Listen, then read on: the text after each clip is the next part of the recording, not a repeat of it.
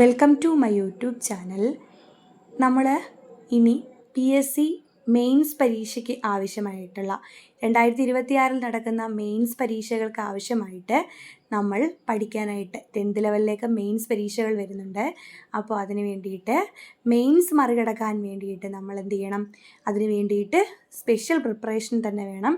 നമ്മൾ അതിന് വേണ്ടിയിട്ടാണ് ഇനി നമ്മൾ പ്രിപ്പയർ ചെയ്യാൻ പോകുന്നത്. അപ്പോൾ നമുക്ക് മെയിൻസ് പരീക്ഷയുടെ ഏകദേശം ഒരു കണക്ക് കൂട്ടൽ എന്ന് പറയുന്നത് പൊതുവിജ്ഞാനത്തിൽ ഏകദേശം 11 ടോപ്പിക്കുകളാണുള്ളത്. ചരിത്രം, ഭൂമിശാസ്ത്രം, ധനതത്വശാസ്ത്രം, ഇന്ത്യൻ ഭരണഘടന, കേരളം, ഭരണവും ഭരണ സംവിധാനങ്ങളും, ജീവശാസ്ത്രവും പൊതുജനാരോഗ്യവും, ഭൗതികശാസ്ത്രം, രസതന്ത്രം, കല, കായികം, സാഹിത്യം, സംസ്കാരം, കമ്പ്യൂട്ടർ, അടിസ്ഥാന വിവരങ്ങൾ, സുപ്രധാന നിയമങ്ങൾ, പിന്നെ അതുപോലെ തന്നെ ആനുകാലിക വിഷയങ്ങളും ലഘുഗണിതവും മാനസിക ശേഷിയും ഒക്കെ കാണും.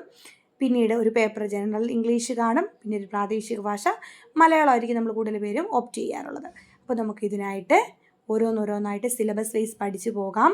പഠിക്കുമ്പോൾ നമുക്ക് എന്താണ് നല്ല രീതിയിൽ പഠിച്ച് മുന്നേറി നല്ല ഉയർന്ന റാങ്ക് മേടിക്കുന്ന രീതിയിൽ തന്നെ നമുക്ക് പഠിക്കാനായിട്ട് ശ്രമിക്കാം. അപ്പോൾ എന്നോടൊപ്പം നിങ്ങളുണ്ടാവുമല്ലോ അല്ലേ? ഓക്കെ. അപ്പോൾ നമ്മൾ ആദ്യം ചരിത്രത്തിൻ്റെ 5 മാർക്ക് മേടിക്കാനുള്ള എന്തൊക്കെയാണ് സിലബസ് ഒന്ന് നോക്കിയിട്ട് നമുക്ക് ജസ്റ്റ് ഒന്ന് പഠനത്തിലേക്ക് പോയാലോ? ഓക്കെ. അതിനായിട്ട് ഞാൻ എടുത്തിരിക്കുന്നത് ലക്ഷ്യയുടെ ഒരു ഫയലാണ്, റാങ്ക് ഫയലാണ്. അപ്പോൾ നിങ്ങൾക്കും ഇത് ഫോളോ ചെയ്യാൻ പറ്റുന്ന ഒരു കാര്യമാണ്.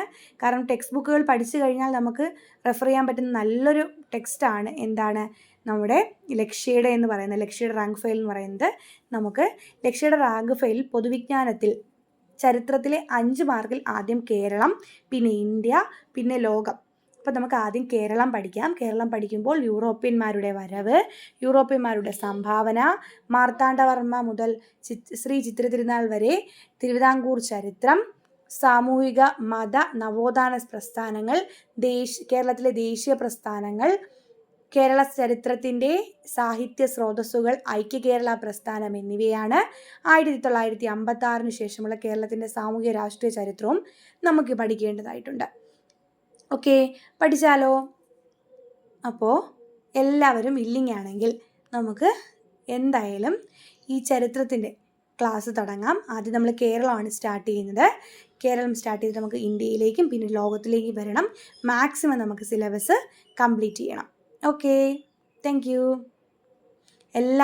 എല്ലാവരുടെ സപ്പോർട്ട് പ്രതീക്ഷിക്കുന്നുണ്ട്.